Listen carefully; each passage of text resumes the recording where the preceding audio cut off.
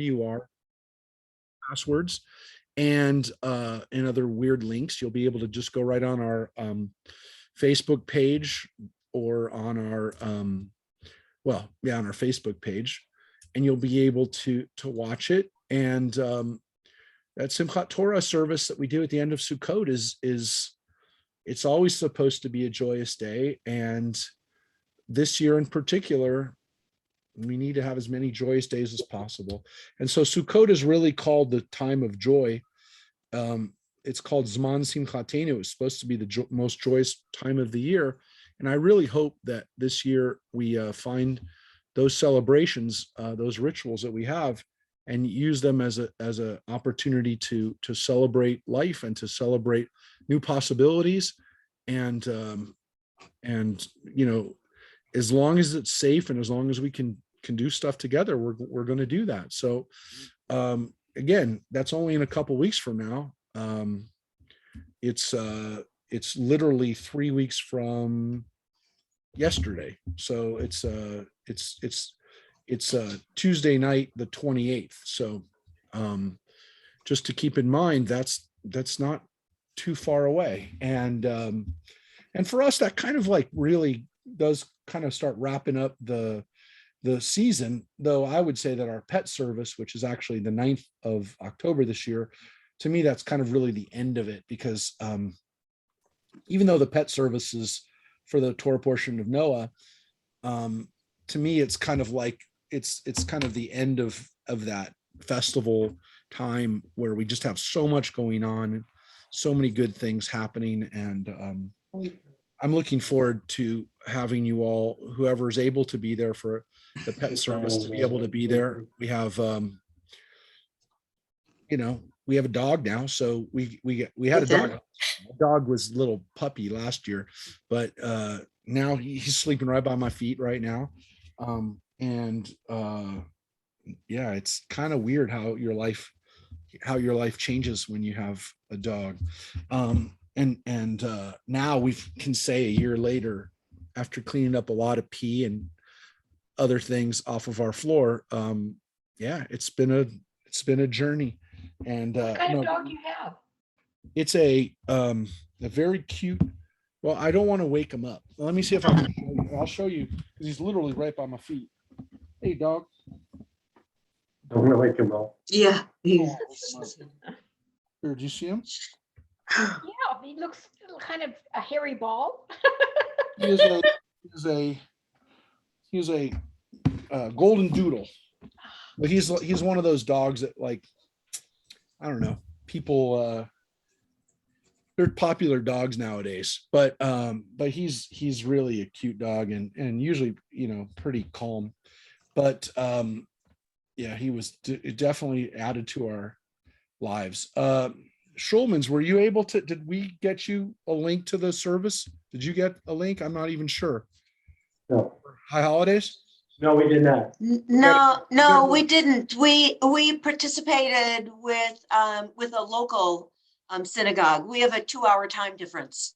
No, I know, but we're going to make sure you get the link too. And thank you. And Gail, we're going to make sure you get it too. Okay. Great. So we had it was definitely a different situation. Not what we've normally done, but we had some good stuff, and I'm really I have to tell you, it was really, really hard for a lot of ways, because we were streaming, and we knew that there were more people watching us on camera than there were through their phones and computers and stuff, than there were actually in the room, which was really weird for me, because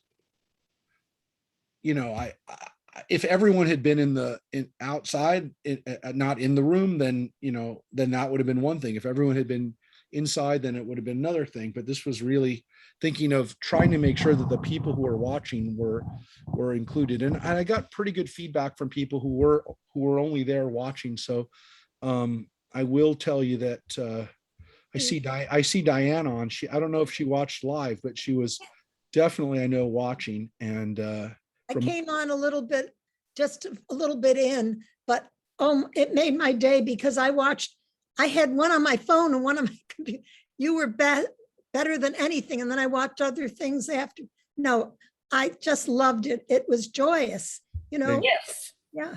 Thank Yeah. you. Well, that's good to hear from somebody who was not in the room. We would have loved to have Diane in the room, but I will tell you, we really were. I was really concerned that people who were not in the room felt like they were in the room, and that it made it hard because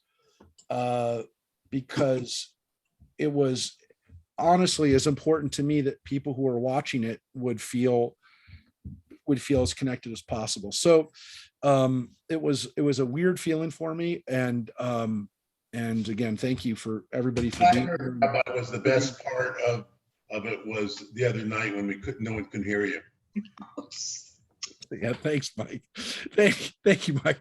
Now that was not that was what happens, and sure enough, I would have bet money that something like that would happen. And yeah, whatever. Listen, we got to fix at least by the time I actually had to give my longer remarks. But again, you know, like I said, we was new for us. It was new for me. We had a new, obviously having Rick and Addie. And The music was beautiful. they would be, yeah, it was really good. I think what people see is that our synagogue is constantly trying to adapt, and I said it the other night. I really do feel that this is one of the strengths of the Jewish people, is that we've always figured out ways to adapt, sometimes to much worse circumstances than these, you know. But I honestly think that's one of the things that, you know, people sometimes say, well, the Jewish people are, you know, have a higher IQ, or they have some kinds of gifts or things like that. I think the gift that Jews really have is our adaptability, our ability to kind of go into another situation and figure out how to survive and how to thrive in things that almost seem like they seem impossible. And we're almost, because we've had to develop and to exist in so many strange situations, it's almost like we can do that. I mean, people have talked about that before. I'm not the first person who has hit on this idea that this is kind of really what the Jewish gifts are, if you had to lock it down to something. And again, it's adaptability. It's kind of the ability to find yourself in a situation and say, oh, look, you know, that we got it. We have to shift. And I think that's one of the things that you know, why you know, people from a Jewish background, you know, will oftentimes thrive in an, you know, different types of office settings or work settings. And you know, when other people are thrown into a crisis, or thrown into a situation where, you know, things have to change, sometimes people aren't very good at that. And I think we as a Jewish people say, well, you know, we got to change. We got to move with this. And it's not, and we don't give up who we are, of course, in doing that, but we retain what's important, and we retain our traditions and our wisdom and our foundation and who, you know, our essence. But we say, look, this is the way, this is now the situation, and we're going to deal with it. And I'm going to tell you this. I honestly think, you know, 1,000 years from now, 2,000 years from now, if there are human beings that live on other planets, there will be Jews on other planets, and they'll still be figuring out how to be Jewish on those planets. They'll adapt, and they'll take on new traditions, and they'll figure out how to do a Jewish calendar on a place where you don't rotate around the sun. They'll figure out ways to do these things, and it'll be another adaptation. There'll be another way for us to say, look, you know, we had to, we didn't have a choice. So that's why I can't imagine that there's a situation that we can't adapt. I mean, I don't want to dwell on it, because this isn't a sermon, but I will tell you, somehow Jews figured out how to celebrate Rosh Hashanah in a concentration camp. And you hear stories about it, Passover in a concentration. How did people, like, it just blows my mind. They had everything taken away, and yet they still figured out a way to make a candle, and I mean, it's just I can't even fathom it. And so that's why, if it's on another planet, on the moon, it's nothing. I would like to add one more thing. You've got to know that you are special. I brought new members, and I said at the end, how was the service? She said, every other service we've been to has been rote. This was magnificent and I loved it. And it was unique and good and wonderful. And I'm so glad we're here. Thank you. Thank you. Feedback from new Thank you. members. Well, it's definitely unique, but I'm glad it was wonderful too. It was wonderful. It was unique, but also wonderful. No, it's good. I'm glad. I'm really glad because I It definitely, wasn't just the same old rote yeah. service. It was enriched. Thank you. Well, thank you again, everybody, for being there. And again, I'm going to make sure the Schulmans and Gail, the Glattenbergs, and Elise, you got it already. I already sent it to you, so you have it, and I'm going to make sure everybody else has it too. Folks, again, I want to thank Harvey again and the board, Harvey as a board member, for making this all happen. So I'm going to put up the Torah portion, and again, Rabbi, before you start, can Yeah. I ask a question? Sure. You made a comment during the service that Torah study next year Yep. is going to be totally Genesis. Yep. Can you explain that? Absolutely. Well, I was going to wait till next week to talk about, or 2 weeks, but I will, because I have to. Well, you brought it up. No, I know. So let me explain. Let me explain. So, what we were trying to do is trying to figure out how we could, what we could add to Torah study, or how we can make Torah study, how we could bring something to it that we haven't done in a while.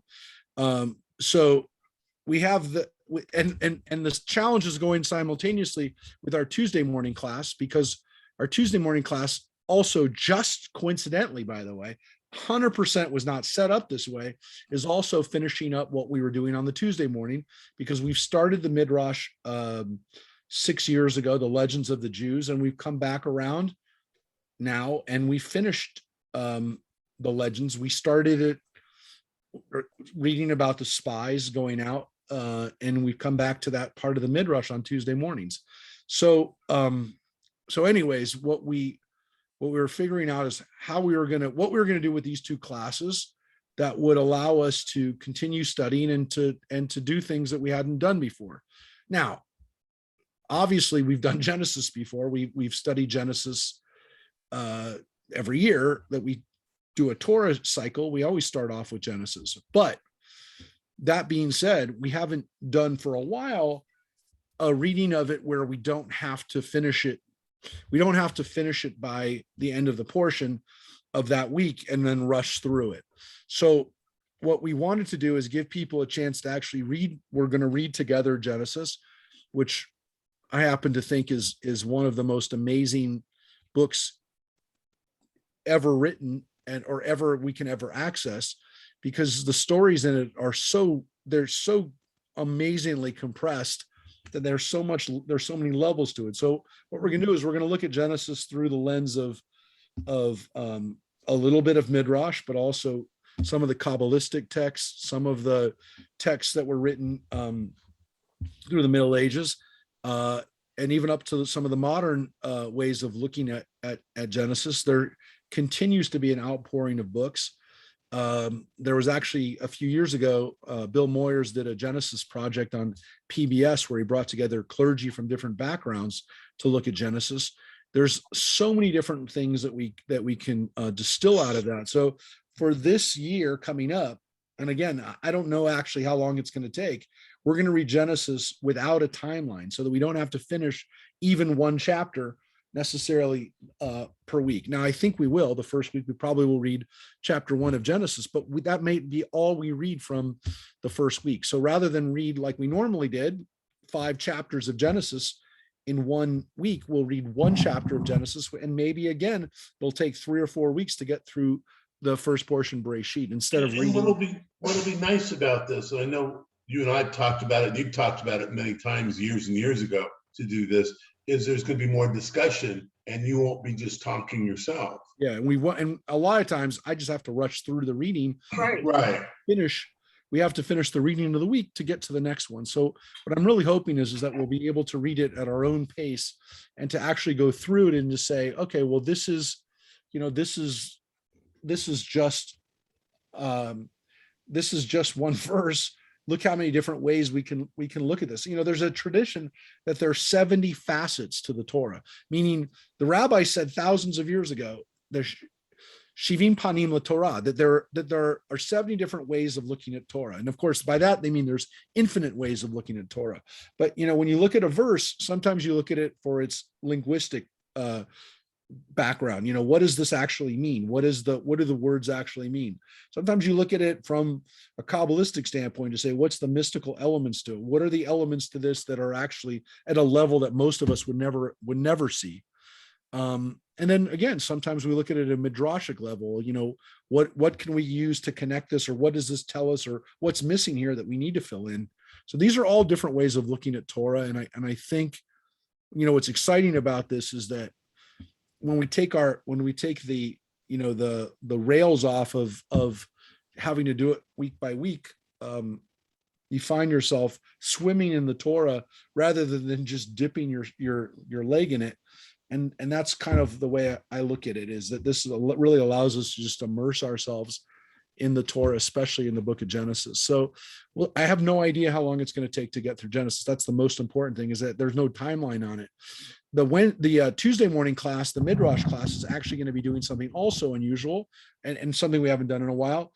We're going to start in the book of Joshua on Tuesday morning, and we're going to be reading the book of Joshua, also not with a timetable, and then we're going to go through the rest of the books of the Bible. So we haven't done that in a few years, Tuesday or Wednesday. We're going to actually go through the whole Tanakh on Tuesday morning. So we'll have a chance to go through Joshua, Judges, etc., as we go through the Bible. And again, it'll also be without a timetable, because there is no timetable for how people read the rest of the Bible. There's no schedule, if you will. And so it'll also be a chance to do that. I want to say it took like 3 years the last time. 2 years? I think it took more.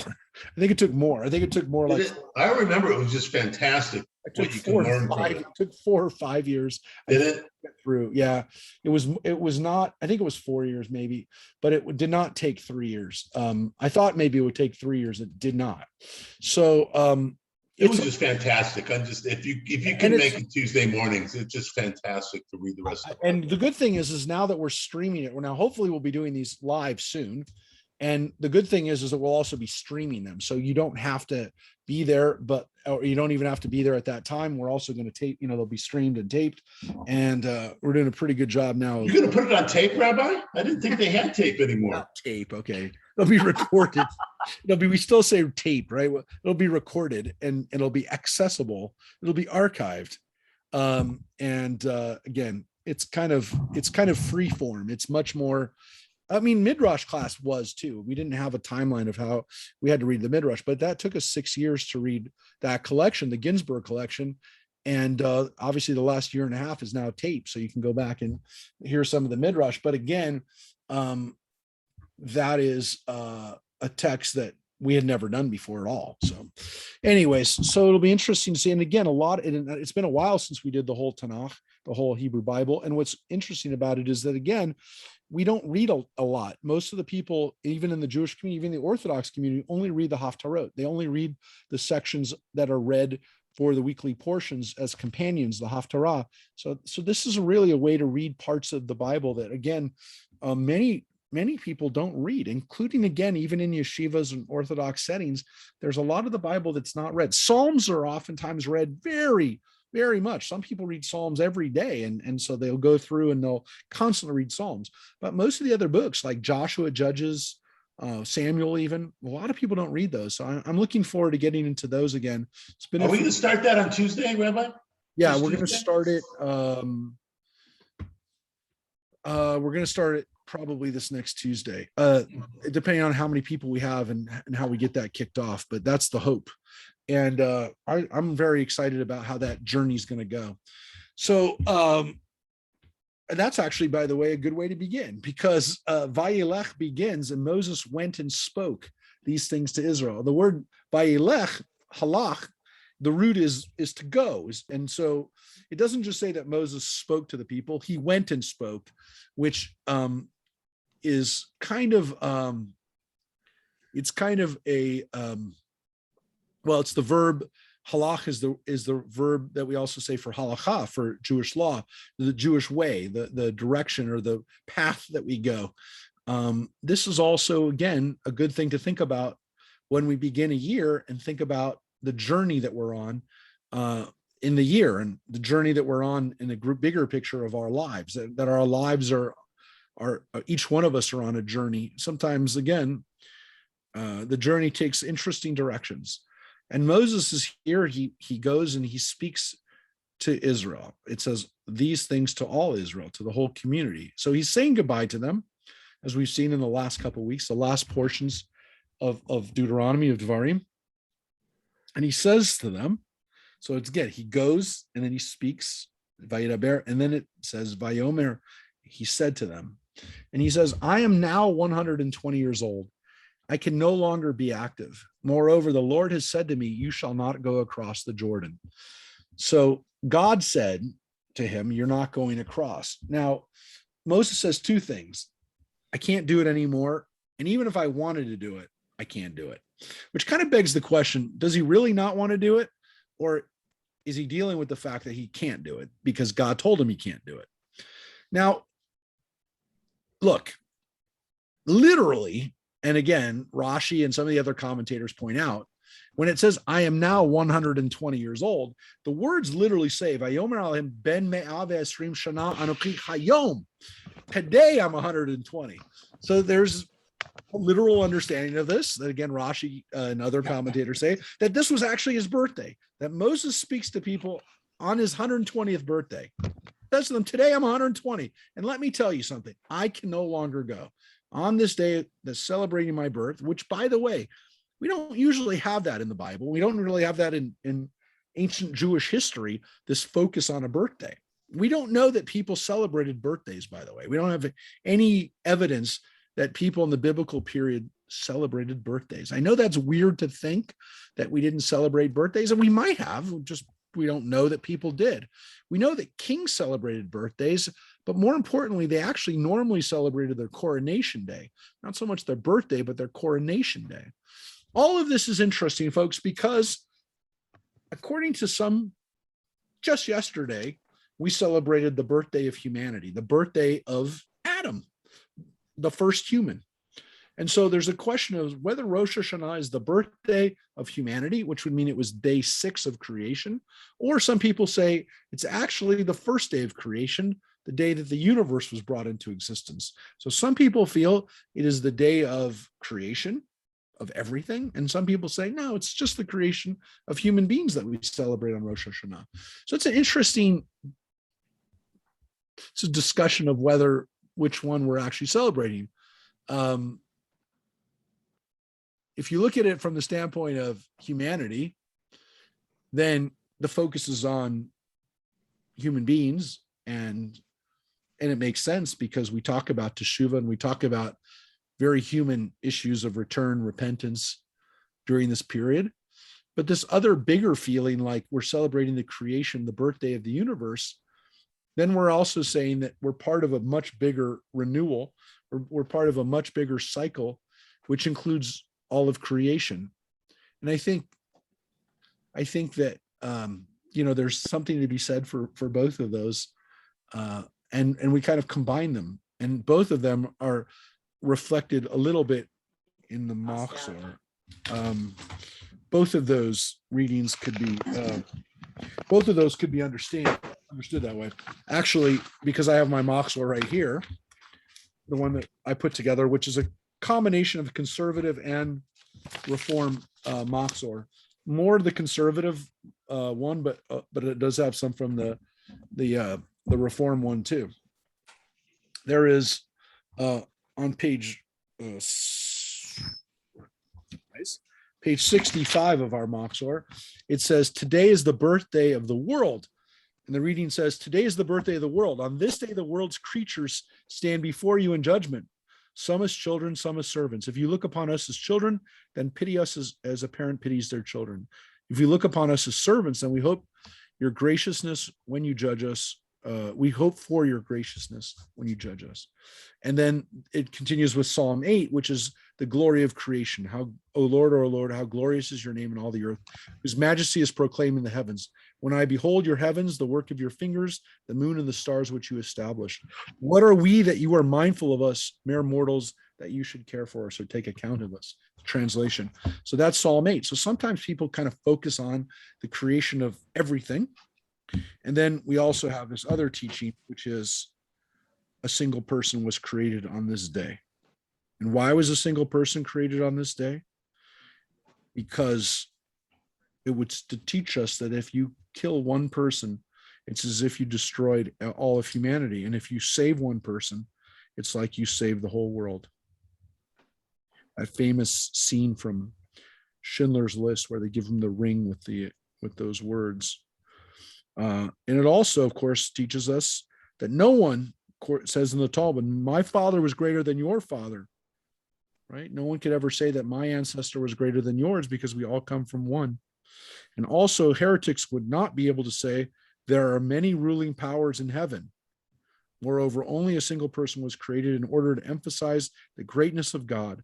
For when a human being stamps many coins using one die, they all look alike. But when God stamps every individual with the die of the first human, each one of them is nevertheless unique. Therefore, everyone must say, for my sake was the world created. Pretty special. So those are the differences of opinion on whether the universe was created today or one human being. So our ancestor, our common ancestor. So those are things that we think about today. Moses's birthday at this time of year, it's a possibility when he says goodbye to the people that he's actually kind of celebrating his birthday or remembering his birthday. It's an interesting idea. And here's what Moses says to them, though. The Lord your God himself will cross over before you, and he himself will wipe out those nations from your path, and you shall dispossess them. Joshua is the one who shall cross before you, as the Lord has spoken. The Lord will do to them as he did to Sihon and Og, the kings of the Amorites, and to their countries, which he wiped them out. He did that. So Sihon and Og, we read about. These are the kings of the Amorites that they were wiped out. We read about them in the book of Numbers.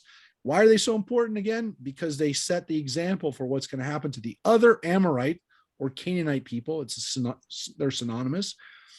God is going to do the same thing to them. You've seen what he did to the Amorites on the other side. He's going to do that to them on that side too. The Lord will deliver them up to you, and you shall deal with them in full accordance with the instruction that I have enjoined upon you. So again, you know what that means. You got to destroy these people because, again, they're going to lead you to worship other gods. Understand, keep that in mind because you're going to see that play out even in this portion. And here's what he says to them. Be strong and resolute. Be not in fear or in dread of them. For the Lord your God himself marches with you. He will not fail you or forsake you. And that word, hisku ve'imtsu. Be strong and be resolute. Al tira'u. Don't be in fear.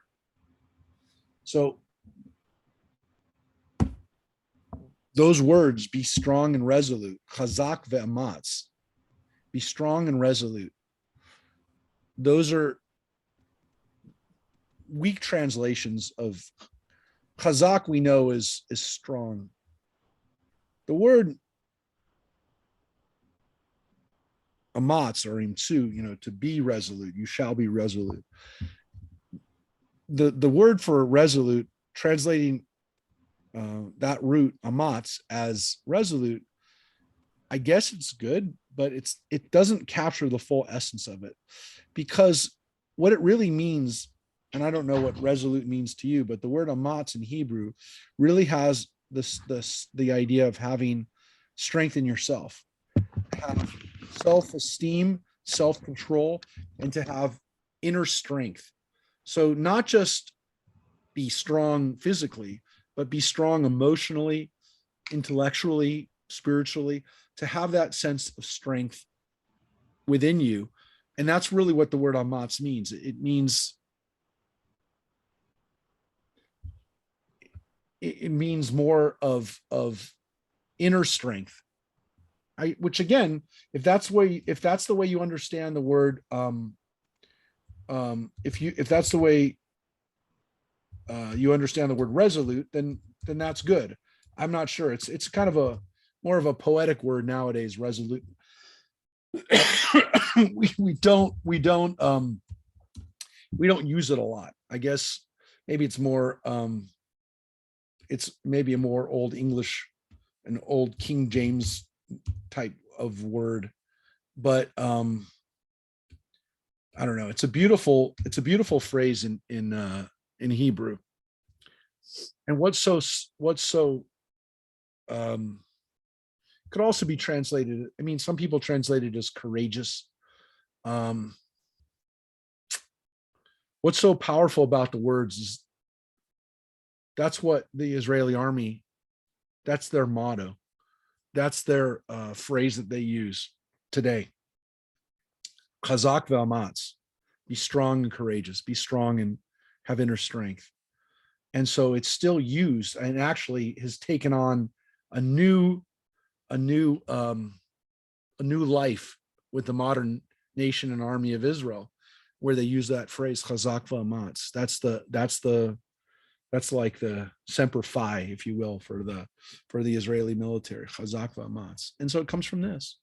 It comes from Moses's words to them, to be strong and to be courageous. So to have inner strength, to be sure of yourself. So it's a great thing to say to somebody, even today. So, again, God will be with you. So of course you have a reason to be courageous and to be strong, have that inner strength. And then it says, Moses called Joshua and said to him in the sight of all the people, be strong and resolute, for it is you who shall go with this people into the land that the Lord swore to their fathers to give them. And it is you who shall apportion it to them. And the Lord himself will go before you. He will be with you. He will not fail or forsake you. Fear not and be dismayed. And then we have that phrase again, lo tira, and the low, it says velo yaz vecha, the low and the low tira. So the two words are again paralleled there. So the command to Joshua is not to give up courage, not to, again, not to be weak, not to be afraid, and to be strong and resolute. That he has to, in particular, he has to be strong and resolute. So he says it to him in front of everybody. And so this is the way Moses kind of essentially charges and gives that strength, if you will, passes that hope and prayer to Joshua to say, take the next steps and don't be afraid. Don't be afraid. God will be with you. So it then says, Moses wrote down this teaching and gave it to the priests, the sons of the Levites, the Levi, who carried the ark of the Lord's covenant, and to all the elders of Israel. So it says that Moses wrote down HaTorah Hazot, this Torah, this teaching. So is it all of the Torah, or is it the book of Numbers? I mean, excuse me, Deuteronomy. Is it Devarim? It's not really, we're not really clear. But it does say that these are this text is then given to the people who are going to teach it to other people, the priests. It says to the Kohanim.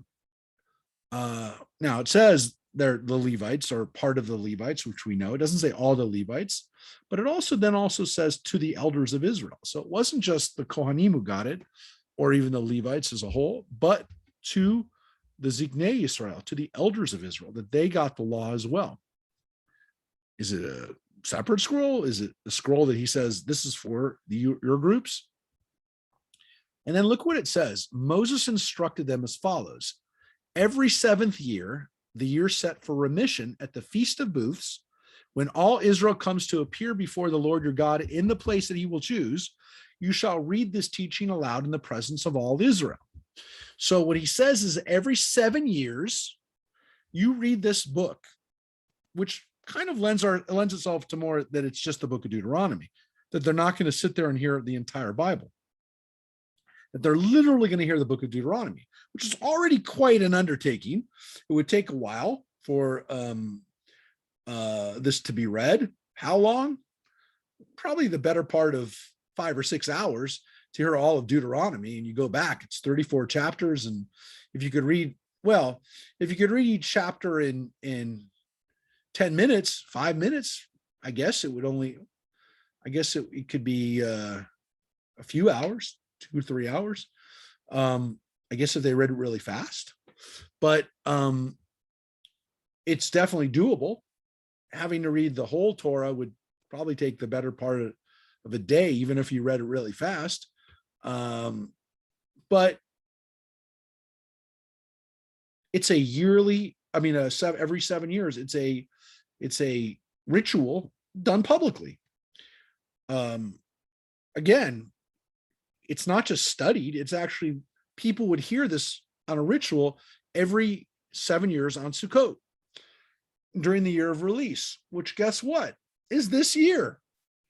So 2 weeks from now, if we lived in the ancient land of Israel, assumedly 2 weeks from now, we'd gather together on Sukkot, and what would happen? It would be read to us. The book of Deuteronomy would be read to us in Jerusalem. It says that. So there was probably a period of time when this was being done. Even if it wasn't done until the time of Josiah, it still means that 2,600 years ago, approximately, Israelites, the people of Israel, would gather in Jerusalem and hear the book of Deuteronomy being read to them. That's what it says. And again, this happens to be that 7th year, the year of release, the Shemitah year, the year of releasing people from their bondage, their indentured servitude, releasing giving the fields a time to rest.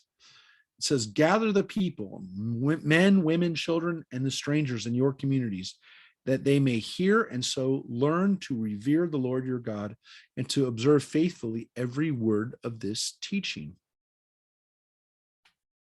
So why are they going to do it? So that they'll keep the law, that they'll keep the Torah, that they'll faithfully hear this and follow it, right? They'll do it because they've heard it and they covenant themselves again to the law.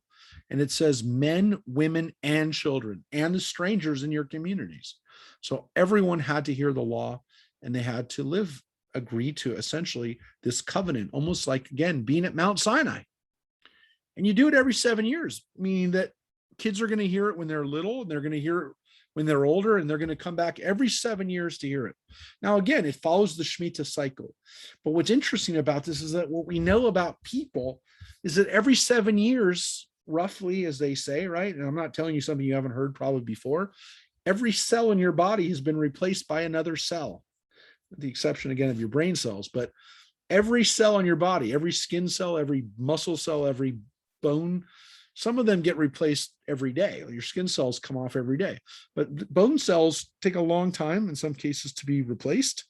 And some cells in your body, it takes up to 7 years for them to be replaced.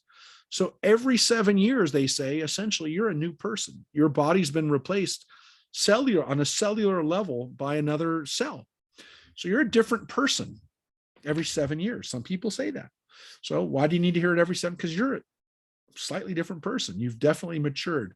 It's interesting because I don't know if you know this. Some of you who are film buffs might know this, but there was a project done by the director. It was a documentary done by Michael Apted called 7 Up. And what he did is every 7 years, he would go and interview a group of kids in Britain, and he would follow their lives. And it was pretty wild that when people did this, and the last time it was done was in, just looking, 2019. And it's pretty wild to think that, again, it was 10 males and 4 females living in England. The first one was called 7 Up. and they were on the BBC. Michael Apted did the last one. They were 63 in 2019, these 14 kids. And yeah, it's pretty wild. I think the two of the kids were not able to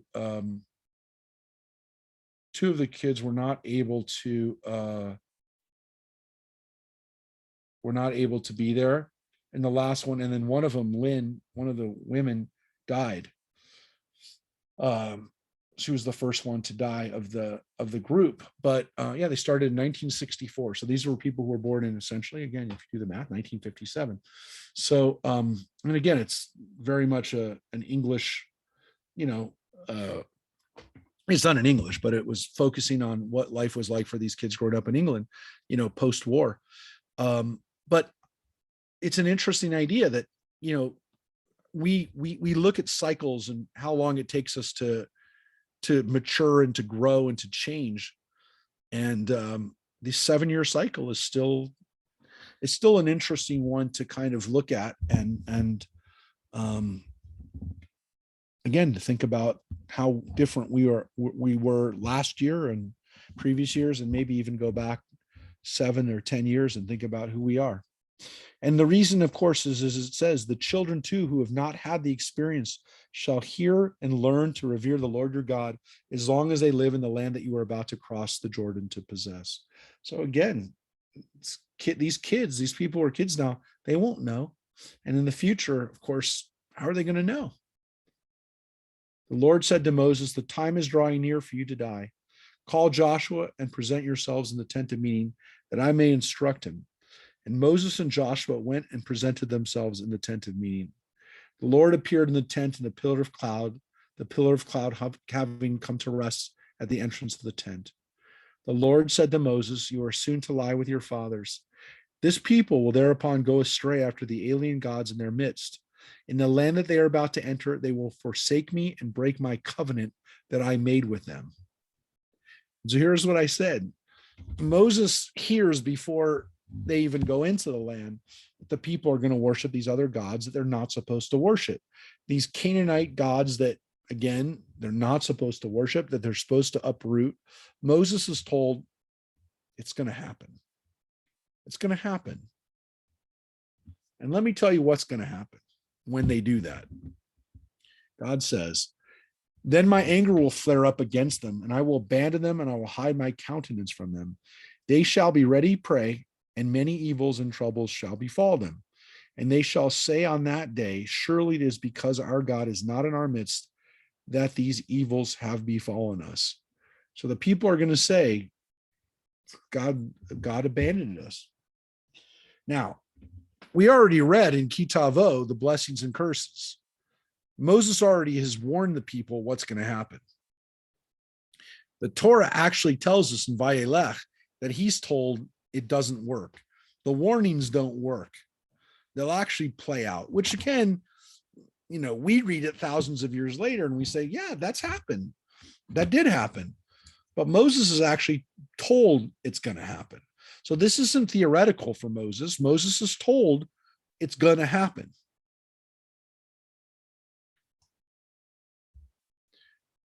And he says, I will keep my countenance hidden on that day because of all the evil they have done in turning to other gods.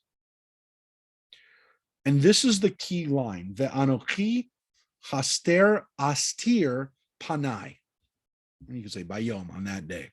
I will keep my countenance hidden. And the words here are haster astir. Now, it doesn't say that God's really abandoning them. It says God's going to be hidden from them, which is different than I'm not there. The fact that they can't see me doesn't mean I'm not there, right? So there's a very interesting difference between them saying that they feel abandoned, and they do feel abandoned because God's not responding to them. But there's a difference between God not being there and God not being able to be seen, which we call, again, this concept of God being hidden, the hidden face of God. Not that God isn't there, but that God's face is hidden. Now, again, didn't translate the word face. They use the fancy word countenance, which is a fancy King James type word to say my face, my presence, my connection, panai, my way of accessing, being accessed, however you want to call it. But it doesn't mean that God isn't there, that God is hidden. Now, this is why this concept of the hiddenness of God is one that the rabbis are willing to accept. They're not willing to accept that God isn't there. Nobody is willing to accept that God isn't there, that God's dead, that God's gone, that God is truly abandoning us from the sense that just God's not here anymore. But God being hidden, the rabbis can accept. Not only can they accept it, they actually can hang it on this biblical phrase right here, haster astir, which is a emphasis. It's a repetitive word, haster astir. The root there, satar, is to be hidden, to hide. Now, what's interesting about this concept of the hiddenness of God is that this kind of to some extent becomes the theological answer for why people, or when people are said, well, where's God? We could say God is we can't see God. And then the question is why? Is it because we have put up the veil, or whether God's put up the veil? Here it seems that God is saying, I will keep myself hidden, which again is the emphatic haster astir, that God will surely be hidden. But again, it could be that God says, I will surely be hidden, which is different than saying, I'm going to hide myself. It doesn't say that. It says, I haster astir, I will surely be hidden. Which is different than saying, I will keep my countenance hidden, which is God essentially saying, I will keep myself hidden, which seems to imply that God is purposely not being seen, and it's done one way. There's an interesting idea that we have, especially it's especially talked about in Hasidic Judaism, that the veil, or that the distance between ourselves and God, is actually done by us. It's not done by God. It's our willingness to keep ourselves disconnected from God, to put up veils. That they compare it this way, that if you put up one veil, you can still see God, but you can still see the light, let's say, but you can't see it that clearly. But the more veils you put up, even if they're thin, eventually you get to a point where you can't see God anymore. So they say, it's really a series more of veils, that if you didn't have them, you could see God, but we put up these veils ourselves. So there, it's a lot more the direction of where it comes from is us. And again, if we're worshiping other gods, then that's what it is. So whether the God is a Canaanite or Philistine fetish, or whether it's money, or whether it's fame, or all the other things that we chase after instead of trying to connect to the Holy One, then you could say that those are the veils that we put up. So it's an interesting concept. Now, some of you might hear the other thing that the rabbis noticed from this, which is the name Esther. Astir seems a lot like Esther. Now, I will tell you that like the philology, the linguistic connection isn't there. It's coincidental, because the word Esther is actually based on the cognate Ishtar, who is the goddess of beauty, right? The Babylonian and Persian Venus, if you will. Or actually, they had Venus before the Romans and Greeks had Aphrodite and Venus, or whatever. Ishtar was the planet Venus, the symbol of beauty, the goddess of beauty. It was beauty.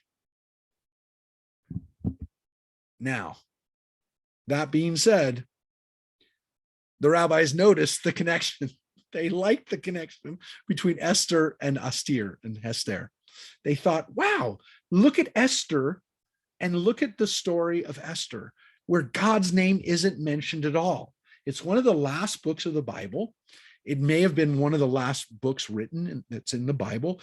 chronologically, it happens very late in the Jewish people's history. It happens during the Babylonian exile, and then actually Jews had already been able to come back by the time of King Ahasuerus. So it's fairly late. And look at what happens. God's name isn't mentioned at all. God's hidden in the book. And so they played on that, and they said, wow, Esther, God's hidden. Just like God says, I'm going to be hidden. So Esther becomes like the metaphor for God in our lives at that point. And not that God isn't there, but that we don't see God. God doesn't appear to us anymore. So this is the midrash, if you will, on Esther and Astir, the hiddenness of God. It's something to think about. And of course, here it's very clear why it is. It's because of all the evil they've done in turning to other gods. You won't see me because you're not looking for me. You're looking at other gods. You've turned, and that's what it says, ki panah. Your face is turned to those other gods. Elohim acherim, to other gods. So you won't see my face because your face is turned to other gods. So why is this important? Write down this poem and teach it to the people of Israel. Put it in their mouths in order that this poem may be a witness against the people of Israel. When I bring them into the land flowing with milk and honey, that I promised on oath to their fathers, and they eat and their fill and grow fat and turn to the other gods and serve them, spurning me and breaking my covenant, and the many evils and troubles befall them, then this poem shall confront them as a witness, since it will never be lost from the mouth of their offsprings. For I know what plans they are devising even now, before I bring them into the land that I promised them on oath. That day, Moses wrote down this poem and taught it to the Israelites. And he charged Joshua, the son of Nun, be strong and resolute, for you shall bring the Israelites into the land that I promised on oath. When Moses had put down in writing the words of this teaching to the very end, Moses charged the Levites who carried the Ark of the Covenant of the Lord, saying, take this book of teaching and place it beside the Ark of the Covenant of the Lord your God, and let it remain there as a witness against you. So again, take this scroll and put it by the Ark. Place it beside the Ark of the Covenant, the 10 Commandments. When I know how defiant and stiff-necked you are, even now, while I'm still alive in your midst. And that's what it says, alive in your midst, you have been defiant toward the Lord. How much more then when I am dead? So Moses says to them, look, you're already planning to worship other gods. God just told me that. And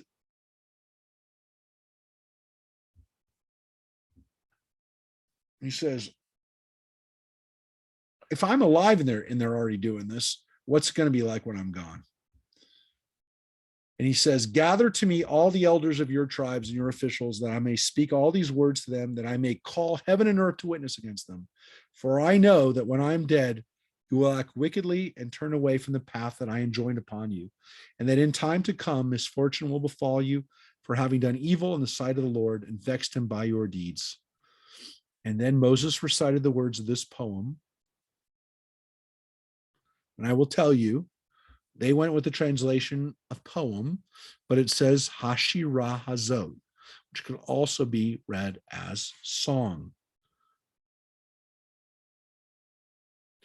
Ad Tumam, in the hearing of the whole congregation of Israel. And so Moses sang this song, read this poem, gave these words.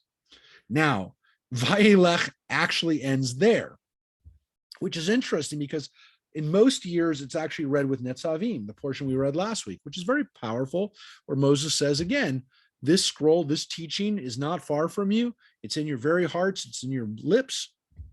Beautiful.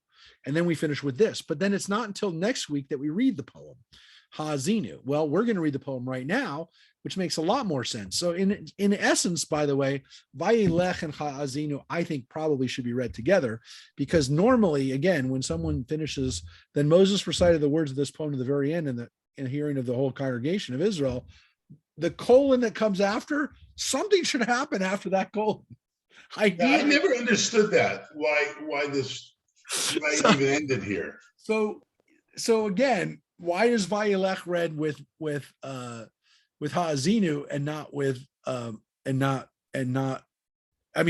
with Netzavim and not Hazinu, like we're doing it today? So I do believe that it makes more sense this way. Look, the reason, of course, is that Hazinu, there's a bigger issue right now, which is that we have 4 chapters and we have 3 weeks to read 4 chapters, which is a lot of time and not a whole lot of book. Now, how you're going to chop that up, the rabbis clearly felt that the poems should be on its own, by itself. But I'm assuming it's because this poem is so long. That's the only thing I can think. It's 52 verses. Right.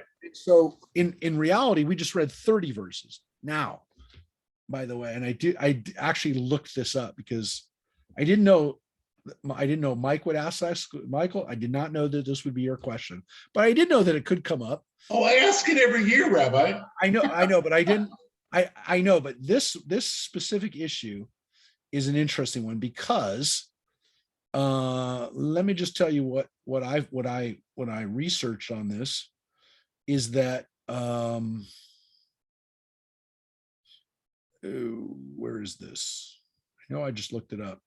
The amount, the interesting thing is that, well, actually it's not, I looked up how many words there were in Vayelech, and there's actually in this portion, and it's taking forever, so let me look on this computer. On Vayelech, it is, I mean, the amount of stuff, by the way, that I'm doing on my computers right now, my computers are going to revolt against me. I'm doing video editing on them. I'm doing Torah study on them. I'm doing calculations of getting people into services and that kind of stuff.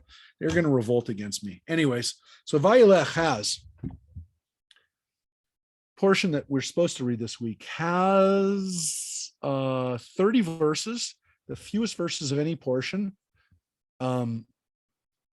It's made up of 5,652 letters, 1,484 words, and 30 verses, 112 lines in the Torah Scroll. Now, what's interesting, again, so keep in mind, as I said, 5,600 Hebrew letters, 1,484 Hebrew words. So it's only 30 verses. It's one chapter, but it's only 30 verses. So the Hazinu, well, first of all, Vizot HaBracha, which is the last portion of the year, the one we read with Simchat Torah, that one only has 512 Hebrew words, 1,969 Hebrew letters. And technically it's 41 verses, but it's a lot shorter. It's a lot shorter than any of the portions. So, and then the other question then was how many words are in Hazinu? So that was Vizot HaBracha, which is technically the last. I mean, those are the last. That's the last chapter. But Hazinu has 2,326 Hebrew letters, 614 words. So Hazinu, this week, the portion that we're going to read right now, which is actually next week's for the Shabbat right after Yom Kippur, that has 614 words, 52 verses, though, as we said, more verses, but only 2,326 letters. Whereas I said, in 92 lines of the Torah Scroll, whereas I told you, this one has 112 lines of a Torah Scroll, only 30 verses, but 1,484 words. So, so this is 1,484 words versus 614 words. So this portion, actually, we just read, has more words than Hazinu. But Hazinu does seem longer. It's 52 verses. You know what I'm going to say? I'm going to say it because I say it every year, but it needs to be said, right? You know where I'm going, folks. As I always now, or if I'm in the synagogue, I show you with the Torah But now I will show you on camera that this Torah portion, which we always read around this time of year, is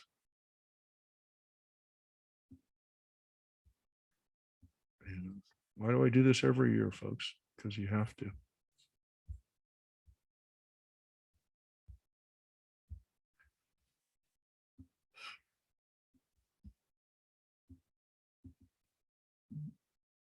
That's what Hazinu looks like in the Torah.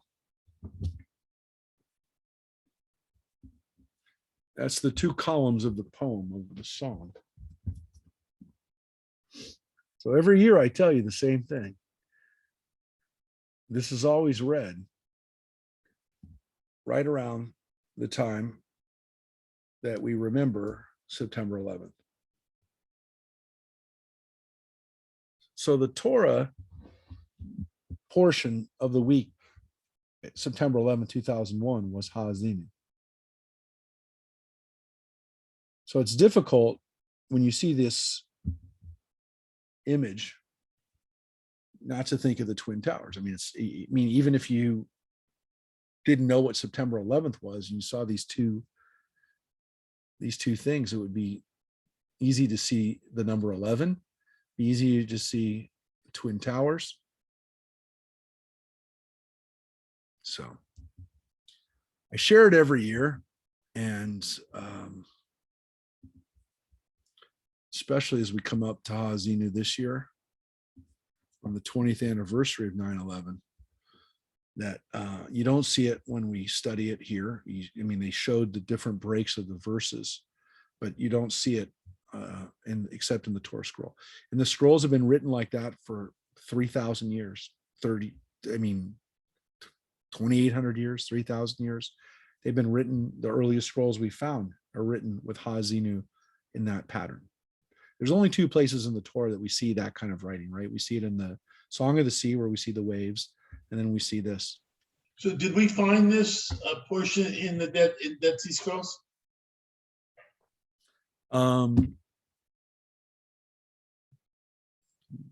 Yes. We did?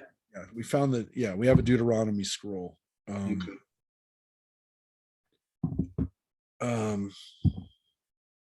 But it's hard to look at that and not think, well, I mean, how does that happen? I mean, look, I'm not a big believer in Torah codes and, you know, the alignment of certain words where you look at them, and I mean, you can go crazy looking at those kind of things, but that one is just, it's hard to look at that and not feel a sense of it's a chill. It's an eerie chill to see that as the image that we read. And again, it's not always 9/11, but it's always right around that time, because it's always around Rosh Hashanah and Yom Kippur. So again, I mean, it could be October or whatever, but that year at 9/11, it was actually that week was the portion of Rosh Hashanah. So anyways, and again, this is the poem. This is the Hazinu. This is how it begins. Hazinu Hashamayim. Give ear, and again, the word Hazinu means to listen, to hear, but it's poetic, and this is a poem or song, which is give ear, O heaven. So that's why it translated as here. They went with the more poetic give ear. So Moses is saying, give ear, O heavens, let me speak. Let the earth hear the words I utter. So he's calling, as he says at the beginning, what he said. And again, it's important to read the two or to remind people what he said. He says, gather to me the elders of the tribes, all your officials, that I may speak all these words to them, and that I might call heaven and earth to witness against them. So Moses says what I'm going to do, which I'm going to invoke the universe here. And that's what it says, Hashamayim Vatishma Haaretz. So again, the biblical poetry in this doublet form, repeating the same idea. So you're going to see that throughout this poem. May my discourse come down as the rain, my speech distill as the dew. And so it's, you need to use this thesaurus. You have to have a thesaurus with, be very good at synonyms to do biblical poetry.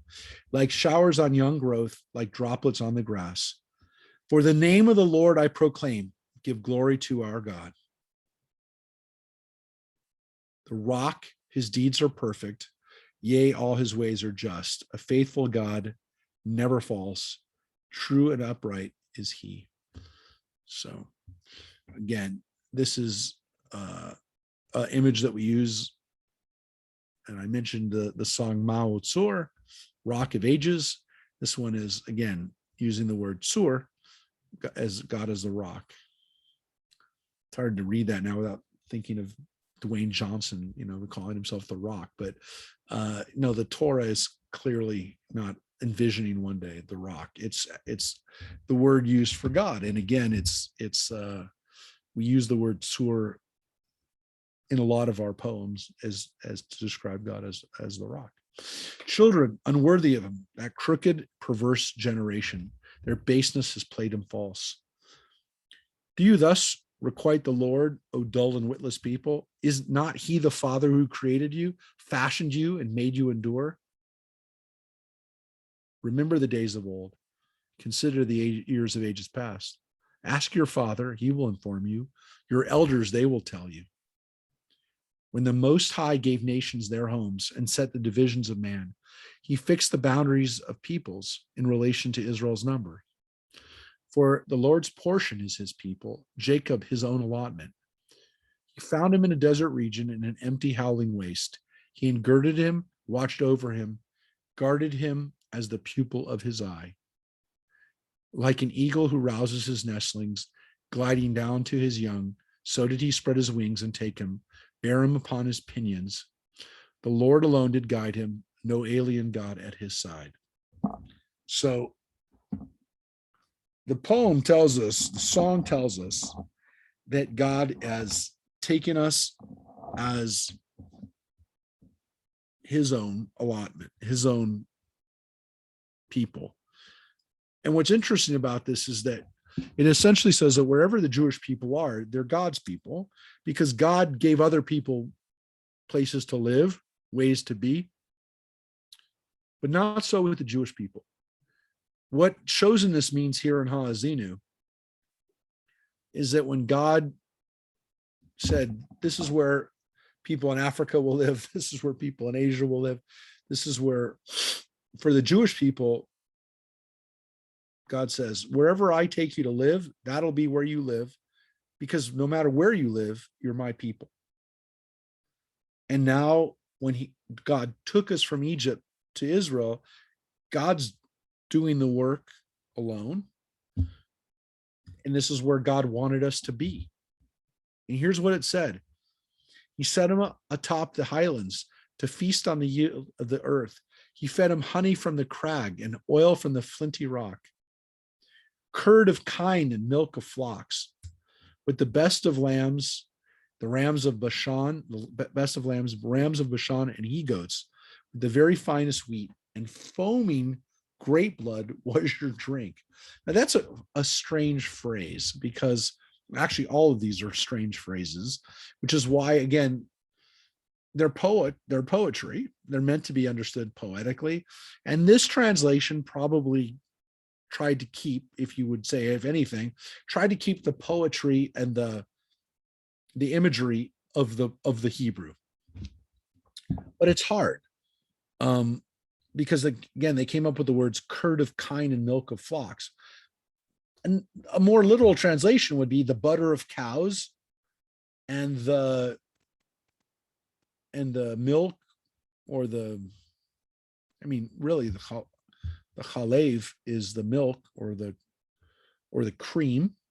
If you said one was the butter, you could say the other was the chalev, was the cream of the flocks, which literally means the sheep and the goats, the things that are not cows, which could be sheep or probably here sheep. So the sheep's milk. So it's saying butter from cows, sheep, cream.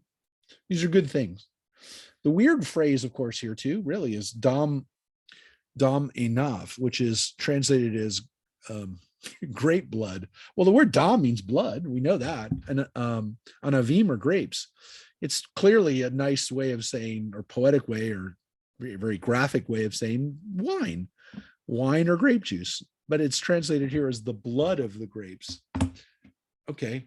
And that is also then paralleled with the word chamer, which they translate as, which is your drink. It's the tishcha chamer. This is what you're drinking. This is your beverage, if you will. So Yeshurun, which is another synonym for Israel. Yeshurun grew fat and kicked. You grew fat and gross and coarse. He forsook the God who made him and spurned the rock of his support. They incensed him with alien things, vexed him with abominations. They sacrificed to demons, to no gods, gods they never known, new ones who came but lately, who stirred not your father's fears. You neglected the rock that begot you, forgot the God who brought you forth. So those are all the ways that Moses describes these gods that they're worshiping. Demons, shadim, no gods, lo ela. These are not gods. These are nothings. And then gods that you never knew, new gods, ones that your ancestors didn't even know about. And in the course of that, you neglected the rock. You neglected God. The Lord saw and was vexed. He spurned his sons and his daughters. He said, I will hide my countenance from them and see how they fare in the end. For they are a treacherous breed, children with no loyalty in them. They incense me with no gods, vex me with their futilities. I'll incense them with a no folk, vex them with a nation of fools. And that's what God calls them. They'll become like a goy naval, a nation of fools. I mean, that's translation of the word naval, idiots. These are people that will be there. They worship no gods. They'll become like no people. And they'll become that they will be by nature, de facto, they're a nation of idiots. For a fire has flared in my wrath and burned to the bottom of Sheol. He has consumed the earth and its increase, eaten down to the base of the hills. So you can see God's anger. I will sweep misfortunes upon them, use my arrows on them, wasting famine, ravaging plague, deadly pestilence, and fanged beasts will I let loose against them, with venomous creepers in the dust. So all of these things are going to be unleashed on the people. The sword shall deal death without, as shall the terror within. To youth and maiden alike, the suckling as well as the aged. I might have reduced them to nothing, made their memory cease among men.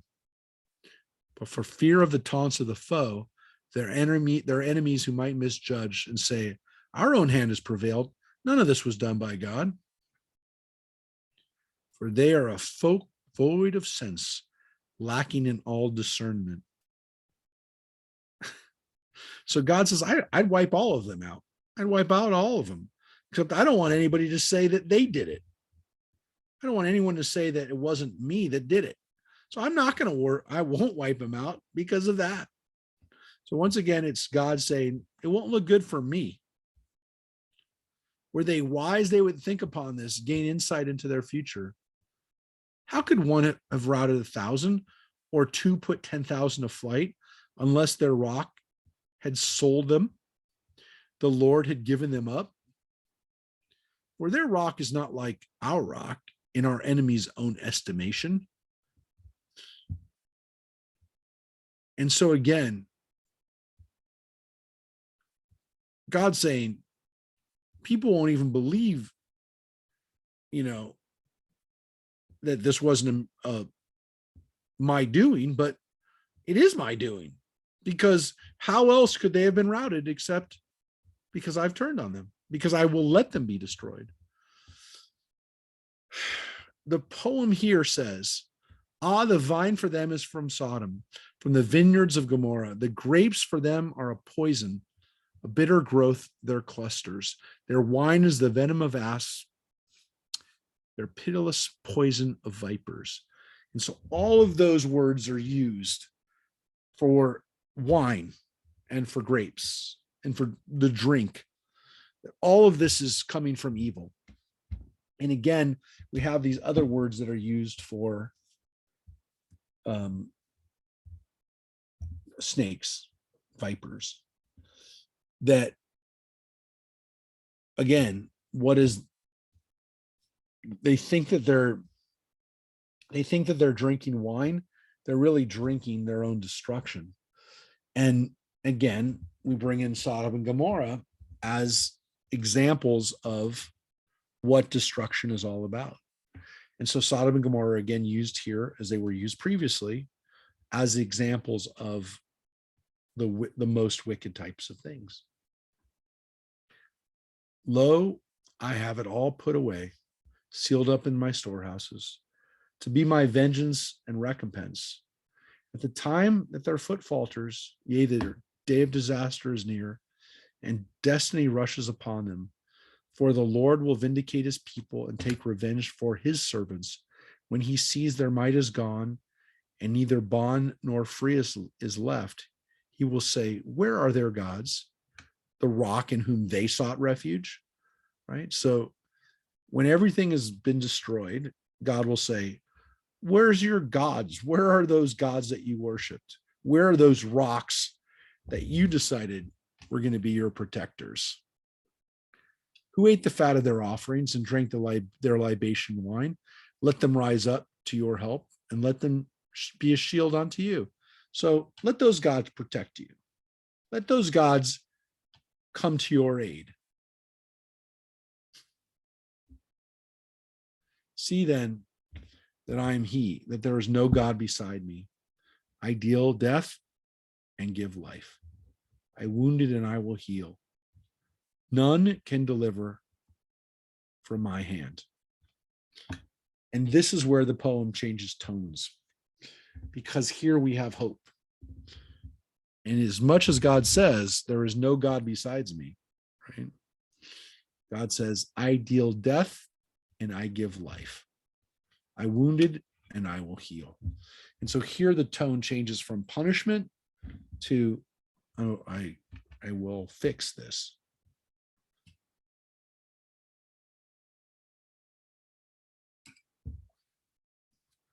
Lo, I raise my hand to heaven and say, as I live forever, when I whet my flashing blade and my hand lays hold on judgment, vengeance will I wreak on my foes.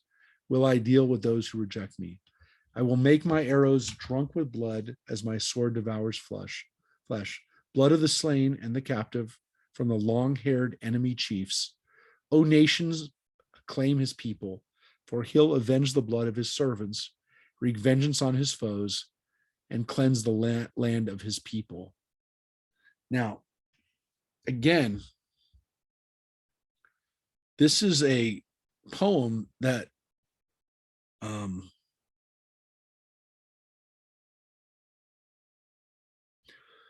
is supposed to scare people. I mean, it's meant to be a frightening poem. And it's Moses, if you will, making one last attempt at trying to get the people to not make a mistake, which he's already been told they're going to make. And Moses is again trying with his last breaths of coming out of his body to literally say, please don't do this, because the punishment is going to be horrific.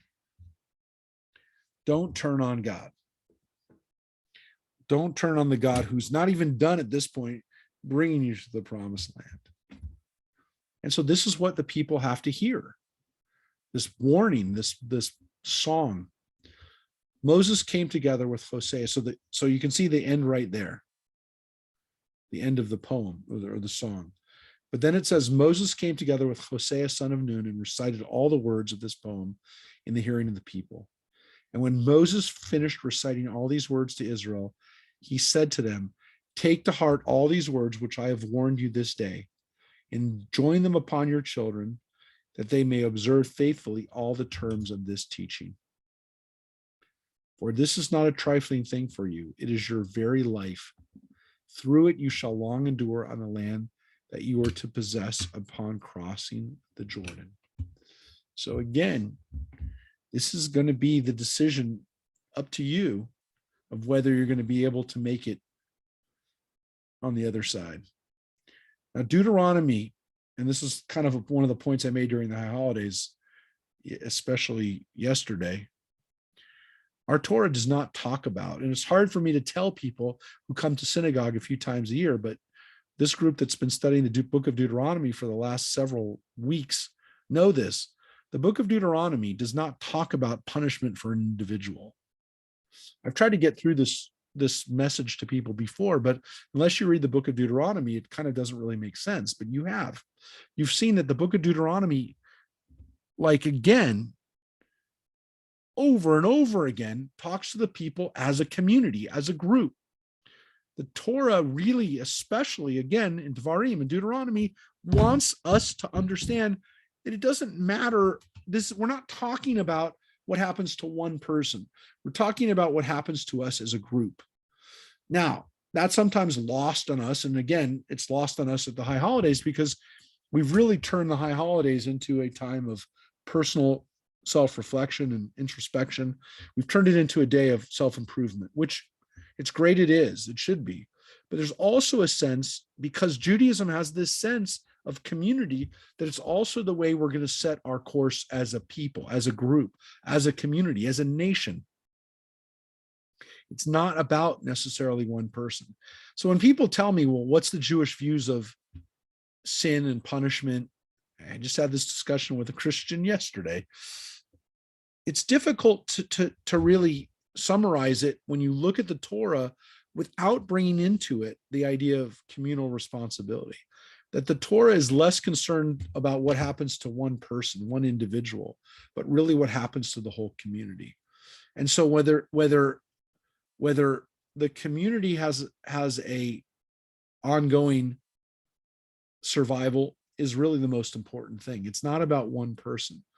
Now, that doesn't mean that each person isn't important in that. If every person doesn't do their job, it doesn't work, which is also, again, in Deuteronomy. Everybody hears this. You heard it right at the beginning.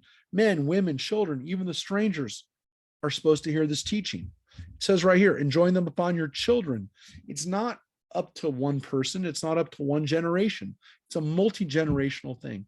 But understand that for us, this isn't about me surviving. It's not about your grandchild surviving. It's about the community surviving.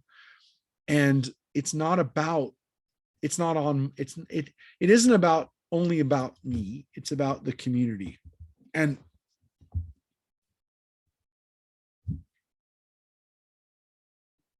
I want to say that when we try to figure out what our legacy is, it's very hard for us sometimes to separate our own personal accomplishments, our own personal legacy, our own family even, which is very much our legacy, from the responsibility and from what we really in Judaism try to tell people.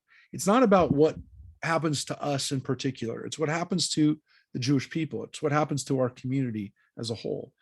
And so if I live or die, if I live a long time, or if I am successful financially, or all the things that we normally look at as signs and indicators of a good life, we're really missing the point of what Judaism is trying to teach us, especially in Devarim, especially in Deuteronomy, which is that it's really about whether we've done our part in bringing the collective forward. If we've brought our community, the people of Israel, forward, then we've done our job. That really is all we can do. It's not meant to be, again, well, look at how successful this person is, or look at how many kids this person has, or look at what they were able to accomplish in their lifetime. It really is a question of, did they help the people as a whole? Did they help strengthen the Jewish people? Did they help bring them to the next level? Did that person help Israel? And to me, that really is a kind of a hopeful thing, because it's not about the normal things that we think about as being successes for us. And that's why, again, at the high holidays, we talk a lot about the community. We talk about our collective responsibility, our collective sins. We don't say, I personally have sinned. It says we have sinned. And it's about our community. So, and it has to do with, again, your success, your life. It says your very life, through it you shall long endure on the land. So it's not you personally, but that everybody who's going to come into that land is going to be able to survive. And again, it's not a trifling thing. It's your very life. And and clearly it's not about one person living in the land. It's about everybody. When it says that you shall long endure on the land, that is everybody living on the land of Israel, not your not you, not your personal family. If you live 50 years, if you live 70 years, whatever, it doesn't matter. It's whether the people get to live on the land. So here's the way this Torah portion in this chapter ends, before we read the last verses here. And it says, Vayidaber Adonai el Moshe be'etzem hayom, on that very day, God spoke to Moses and said, ascend these heights of Abarim to Mount Nebo, which is in the land of Moab facing Jericho, and view the land of Canaan, which I am giving to the Israelites as their holding. You shall die on the mountain that you are about to ascend, and shall be gathered to your kin, as your brother Aaron died on Mount Hor and was gathered to his kin. For you both broke faith with me among the Israelite people at the waters of Meribah Kadesh in the wilderness of Zin, by failing to uphold my sanctity among the Israelite people. So again, Moses is told, along with your brother Aaron, you're not able to come into the land because of what you did when you struck the rock and bringing forth the waters, not the way I told you to do it. Both of you did that together. But here he says to him, you may view the land from a distance, but you shall not enter it, the land that I'm giving to the Israelite people. And that's the last verse. I mean, that's the way it ends before Vazot HaBracha. Now you could say, does it end on a sad note? Well, yeah, because Moses is learning he's going to die, but he does get to have this ability to view the land. So even though he can't enter it, God says, I'm not going to withhold from you the ability to see it. So again, according to our understanding, Moses gets to see it. He got to see the whole land before he died. So this is an idea that, he was given a special vision and got to see it. And there's kind of a midrash to this, which is that when he gets to see it, he gets to see it not just the way it looks then, but the way it's going to look in the future, when Jerusalem will be built and when your people will be living there in peace. And maybe again, even after the destruction, what it'll be look like then. But then when it's rebuilt in the cycles of life in the land of Israel over thousands of years, and maybe even Moses got to see the Jewish people rebuilding Israel right now. So if that's the case, then Moses got to see not just the land of Israel, but the future of Israel.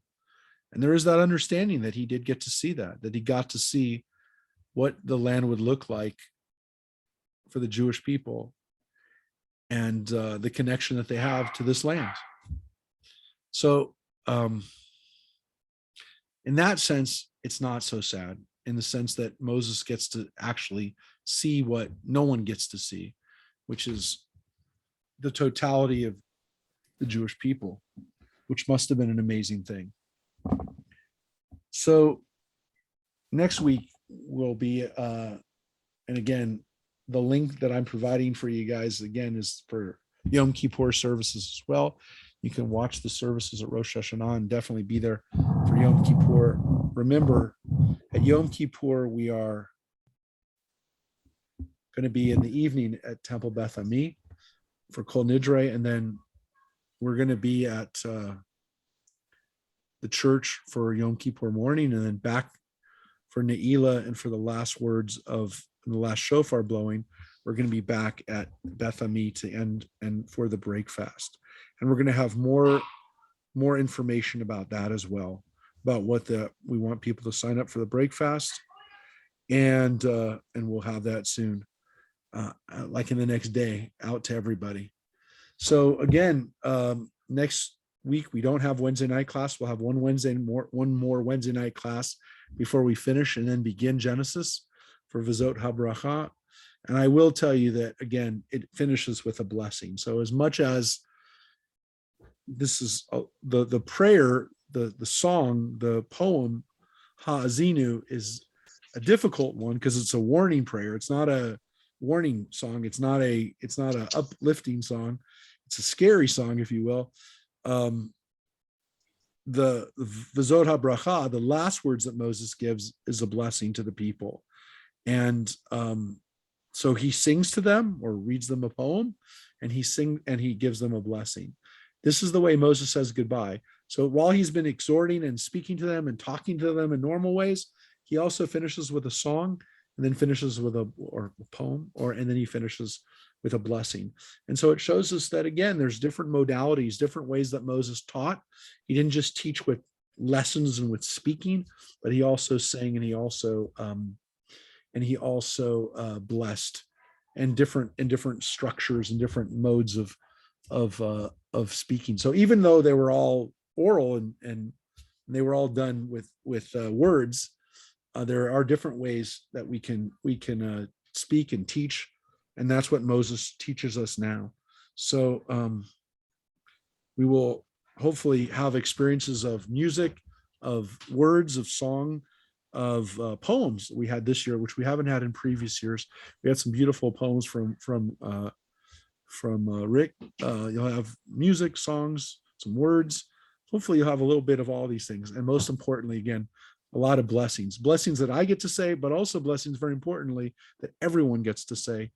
And again, the blessing I want to finish with today is a blessing for a sweet, good year, and that we should all be inscribed in the book of life and sealed, as we say, Gamar Chatima Tova, that we should be sealed with our final actions in this bonus period, if you will, with good things, and that all of us will be sealed for life. So again, thank you, everybody. Continue, as we said in Deuteronomy, to choose life and to make those choices that affirm life. And please, everybody, stay healthy and good. So thank you, everybody, for being here tonight and for finishing up Devarim with us. We're finishing up strong, and that's the most important thing. But this last chapter that we'll read a couple weeks is probably, to me, one of the best chapters ever written. Well, there are a lot of good ones. That's my feeling. I would say you're right. There's some really good things that Moses finishes with, and you can imagine a man being told. Most of us don't know when we have our last moments. Some people do, and some people do have the ability to say goodbye. Doesn't happen a lot, folks. In my experience, that is a true blessing when people get to do that. Doesn't happen a lot. May I ask a strange question? Oh, Is there anything in the Torah that forecasts that we ever lose Israel again and become dispersed? It's an interesting question, Joyce, because the question is how many times do we go through this cycle? Right. Yes. That's what I'm asking. I think about it myself. I think everybody who reads Jewish history and who thinks about human history wonders how long we'll be on these cycles.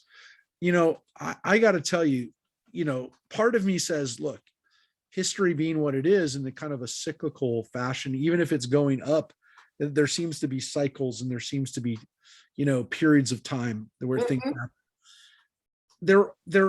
There is a feeling that I have, and again, I could be just kind of because I'm somewhat optimistic in nature and in general, is that if Israel can hold on to its national identity and its security for another couple hundred years, which again, history is moving very fast. So what used to take 400 years can happen in 40 years now. But if Israel can hang on and the world can continue to progress in certain ways, I mean, think about it. The last time the Jewish people had control over their own destiny, slavery was an accepted way of life. Forget the levels of technology and the levels of medicine and all these other things. All I mean, completely different 2,000 years ago, needless to say. But if we look at what humanity has the potential to do now, what the difference of where we were 2,000 years ago, it is conceivable that Israel could survive to a point in time where the rest of the world catches up in some ways and develops so that we wouldn't worry about that type of thing. Okay. Get to a point where, for example, people wouldn't be looking to destroy Israel, then we remove. Never going to be. Well, yeah, I mean, you can make that argument. It never will be, but if the world, look, here's one of my feelings when people ask me, and again, we're thinking about it a lot because of what's going on in Afghanistan right now. We know that Islam has not gone through a period that it needs to of reformation. It needs to. And I don't know how long that's going to take. It could take 100 years. It could take 200 years. At some point, Islam will go through a reformation. When it goes through a reformation, that means that the neighbors of Israel that will hopefully have gone through that reformation will no longer see themselves as people that need to destroy Israel. If that could happen, which it could, it may not, but if it could happen in the next 100 or 200 years, and Israel can survive 100 or 200 years, then we might get to a point where we escape this cycle of violence. I don't know that it'll happen, but it could happen. I could see that happening. Is it going to happen? I didn't say that, but I could see that happening. If that happens and Israel doesn't have to worry about being destroyed again, one can make the argument, well, if Israel does these other things that they did for the destruction before. Look, the rabbis felt 2,000 years ago, and I've mentioned this before, when the second temple was destroyed by the Romans, they said it wasn't because Israel had abandoned God, had worshiped these other deities. They said it wasn't because of that. They said that the reason why Israel was destroyed in Jerusalem, the temple was destroyed the second time, was because of Jews fighting each other, what they called sinat chinam, baseless hatred amongst our people. And they felt that way because they looked at the civil strife that was going on under the Roman occupation, and they said, we were killing ourselves, which is true. When the temple burned, from what we know, the Romans never intended to destroy the temple of Jerusalem. I want to make that really clear. It may have been their agenda, may not have been their agenda. The Romans did not set fire to the temple. The Jewish people set fire to the temple because they said, if the Romans are going to destroy us, we're going to destroy this before they can. And there were Jews that did that. Similar mentality of the Jews who killed themselves at Masada. So there was an impulse of zealots who literally wanted to self-sacrifice rather than die. Now, it could be the Roman, we will never know. But the reality is that the Jews really did have a reason to question whether or not their own destruction was somewhat self-inflicted during the Roman period. Now, that being said, the cautionary tales for us as Jews was that the first temple was destroyed because we worshiped other gods. The second temple was because we fought with each other. So the question is, if the third temple, which is the modern nation of Israel, which I honestly believe is the third temple, the whole nation of Israel is to me the third temple. If that third temple is destroyed, what will it be? Because hopefully it won't be because of those two. Hopefully it won't be because of us chasing other gods or because we fought with ourselves. Could it be something else? Look, the important thing about both of those destructions was it wasn't another nation that destroyed us because of our goodness. It was because we had screwed up that allowed these other peoples to destroy us. So to some extent, we have control over our destiny. I would argue that if we don't do those two things, now I don't know, there could be a third thing, but the Torah doesn't talk about it. Jewish history, we don't have, but look, what can we say? We don't know. But I will tell you that my feeling is that if Israel is ever destroyed in the future, the weird thing about it is, and this is the apocalyptic piece of it, my feeling would be that if Israel is ever destroyed completely, the whole world will probably be destroyed.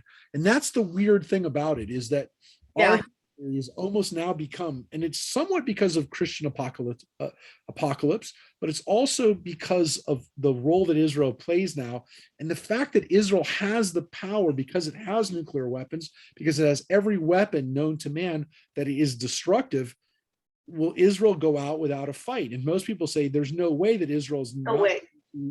not going to inflict destruction on everyone else. So there's a very weird situation here, which one could ask, you could conceivably ask yourself, which is, if Israel is ever destroyed, is humanity as a species, are we doomed if Israel is ever doomed? So that's an interesting question, one that I don't talk about a lot. It's not one that I would ever discuss unless I was asked about it, but I will tell you that it is possible that Israel will never be destroyed, or if it is destroyed, that it means that all of humanity is doomed. So I will tell you that that is a possibility. I don't say that without knowing what some people would think by hearing that, but I do believe that that's a possibility. It's in the realm of possibility. Okay. But it isn't specifically forecast in the Torah. Good. One could say that anything is, if you read it and you Got it. interpretation. But I would say that based on the Torah and based on our understanding and based on what we've seen in Jewish history and human history and what we know about humanity, I think it's fair to say that those are possibilities. Okay. If you take a more pessimistic view, then you could say, yeah, Israel could be destroyed, and then you could say, and so could the whole world. But you could also say that if Israel survives, then the whole world might actually be, it's because the whole world has, to some extent, achieved a new level of civilization and advancement. It's possible. Great. And on that happier note, let's hope it's the latter. Let's hope the rest of the world catches I know up. this, Rabbi, this is a topic for another night, but we were always taught in Hebrew school that the Romans did destroy the second temple. That's the way we were taught. Because that's the easy answer, and that's Okay. that's the one that people didn't really want to look at, because look, the Romans were responsible for it. I'm not saying that the Romans weren't responsible for it, but the rabbis really did teach. I mean, the Talmud says flat out, it's because of sinach chinam. It's because of baseless hatred internally, not because the Romans hated us, but because we fought and killed each other. And that's what Josephus teaches us too. I mean, like, Right. the Roman texts essentially tell us that. And the Roman texts tell us too that the fires were set by Jews. I mean, that's like assumed by Jewish history now. And by the way, look, we're a lot more open about it too. And we know a lot more about it as we've studied and we've kind of looked at the archaeology and we've really read the text. Yeah, the simple answer is the Romans were responsible, but it's much more. And they're not going to teach kids anything different. And by the way, how old were you when you learned about Masada? Yeah, exactly. Now, how are you going to teach kids about that? Right. You know what would be really neat? A class of that time period. Of Roman history? Yeah. Well, obviously, I love that history. I would probably bring in. So do I. I would bring in a specialist to do that because, for me, I wouldn't even. I could show you my library behind me. You've seen it, Mike. Oh, I have, and you have a lot of books on that. I mean, that's an area of interest to me. People always ask me, if you could ever see, if you ever go back in time, that would be when I would want to go back. I'd want to go back to that period because I have so many questions about. I mean, yeah, look, I have an imagination of a vision of what that period was like. But yeah, I would like to seen it with my own eyes to see what Israel was really like under the Roman occupation, to see what was really happening, what it really looked like during pretty much from like King Herod's. I wouldn't have wanted to live under King Herod. I wouldn't want to live under King Herod, but I would like to have maybe right after that period. And then, I mean, again, the whole period was fairly violent and scary. That class I had when we were in Arizona about that time period. That's when you gave me the books from Josephus. It just fascinates me that time, that era. So much happened during that period, and of course, it gave rise to Christianity, which exactly that's what the class was about in Sedona. Hard to imagine. Again, what the world would have been like if it wasn't for what happened in Israel during that about 60-70 year period where literally human history of the last 2,000 years was put into motion. There's literally no time in the last 2,000 years that wasn't directed by that period of time, because Right. there is no Christianity without that period of time. So even if you say, well, it doesn't really matter as a Jew, if you don't, everything else that comes out of that, and you can't figure what would have happened to the Roman Empire if there hadn't been Christianity. What would the rest of European history would have looked like? Then, of course, then what would have the rest of human history have looked like if there was no Christianity? So it's a very important issue, and one that, it's hard to argue that there wasn't a more important period than that period from about 5, 6, they call it 5 or 6 of the Common Era. Then they didn't know that, but during the time right after Herod died to Right. that, Well, that's when we got, the sages came around and the rabbis came around. and to talk about what the birth of rabbinic Judaism and all that. Right. So folks, I hope that we get I'm working on some interesting things for high holidays still, some other stuff. I hope everybody, again, most importantly, stays healthy and secure. I told you I don't want to keep going backwards into the negative, but I have, again, 2 funerals tomorrow. And again, I don't like Oh my God. You don't have one at Mount Sinai in Simi Valley, do you, tomorrow afternoon? I have 2 at Eden, and Okay. one of them is a 44-year-old woman with a 10-year-old, 3 children, but the youngest child is 10. So I can't even begin to say that this is, as I said, at high holidays, I've had over 70 funerals this year, calendar year, from January until September, beginning of September, first week of September. And normally I've looked back, I've maybe 40 or 50 funerals in a year, sometimes less. And all already thus far, I've had 70. So this is not a good thing. And on a happier note, again, hopefully this new year will bring good health and better news to everybody. So please stay safe and stay healthy and stay connected and stay, again, connected. That's why I finished off my message with those 3 words: stay safe, stay healthy, stay connected, everybody. Thank you, Rabbi. Thank you, Rabbi. Please stay good. Good to see everybody. Happy New Good Year. to see you, Rabbi. New Year. New Year.